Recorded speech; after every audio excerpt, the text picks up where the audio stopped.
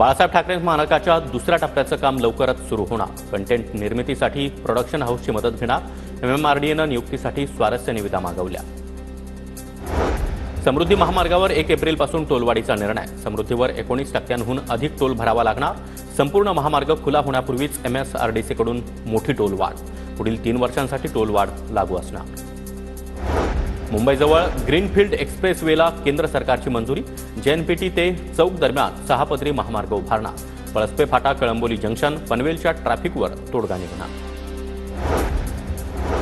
विधानभवनातील दुर्मिळ ग्रंथासहित भारताचं संविधान धुळखात। मंत्र्यांची दालनं चकाचक तर दुसरीकडे दुर्मिळ ग्रंथ मात्र अडगळीत। विधानभवनातील अमूल्य ठेवा असलेल्या ग्रंथालयाकडे प्रशासनाचं दुर्लक्ष। पुण्यामध्ये निवासी मिळकतीचं मीटर बंद असताना देखील पाण्याची बिलं सुरूच। प्रत्यक्ष ठिकाणी जाऊन मीटरची तपासणी करण्याची मागणी। सावित्रीबाई फुले पुणे विद्यापीठाच्या उन्हाळी सत्र परीक्षा 25 मार्चपासून सुरू होणार। सर्वच अभ्यासक्रमांचं वेळापत्रक संकेतस्थळावर प्रसिद्ध। कल्याणच्या मोहने इथं गॅस सिलेंडरच्या गळतीमुळे आग। 3 जण होरपळले। दोघांचा उपचारादरम्यान मृत्यू।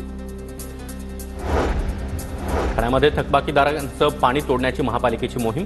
पाणी पुरवठा विभागाकडून चालू आर्थिक वर्षामध्ये 225 कोटींपैकी 127 कोटींची वसुली। समग्र शिक्षा योजनेअंतर्गत 4860 शिक्षकांची लवकरच भरती। शिक्षकांच्या भरतीसंदर्भात शासन निर्णयासह दिव्यांग विशेष शिक्षकांच्या 218 पदांचा देखील समावेश। येत्या 1.5 ते 2 महिन्यामध्ये प्रत्यक्ष पदस्थापना असल्याची दादा भुसे यांची विधान परिषदेत माहिती।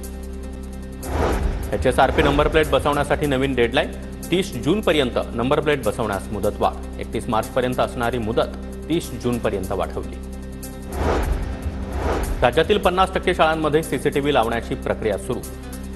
तर विद्यार्थ्यांच्या सुरक्षेसंबंधित सर्वच उपाययोजनांची शालेय शिक्षण विभागामार्फत प्रभावी अंमलबजावणी करण्यात येणार। दादा भुसे यांची माहिती। घाटकोपर दुर्घटना प्रकरणातील आरोपी अर्शद खानला जामीन।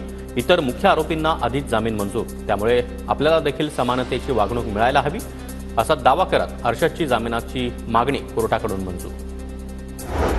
न्यू इंडिया कोऑपरेटिव्ह बँकेचा महाव्यवस्थापक हितेश मेहताच्या पॉलिग्राफी चाचणीमध्ये विशेष माहिती मिळाली नाही। न्यू इंडिया बँकेच्या 122 कोटी अपहार प्रकरणी आर्थिक गुन्हे शाखेकडून ब्रेन मॅपिंग चाचणीचा निर्णय। स्वारगेट एसटी बस स्थानकातील अत्याचार प्रकरणी पोलिसांकडून ध्वनी तंत्रज्ञानाची मदत। बसमधून आवाज बाहेर येतो की नाही याची पोलिसांकडून शास्त्रोक्त पडताळणी। तरुणीनं आरोपीचा प्रतिकार केल्याचं पोलीस तपासात समोर। बोपदेव घाट सामूहिक अत्याचार प्रकरणामध्ये 3 आरोपींविरोधात आरोप निश्चितीचा मसुदा 8 एप्रिलला सादर केला जाणार। आरोपींविरोधात भारतीय नागरिक सुरक्षा संहितेच्या कलम 356 नुसार खटला चालवला जावा यासाठी सरकारी पक्ष अर्ज करणार।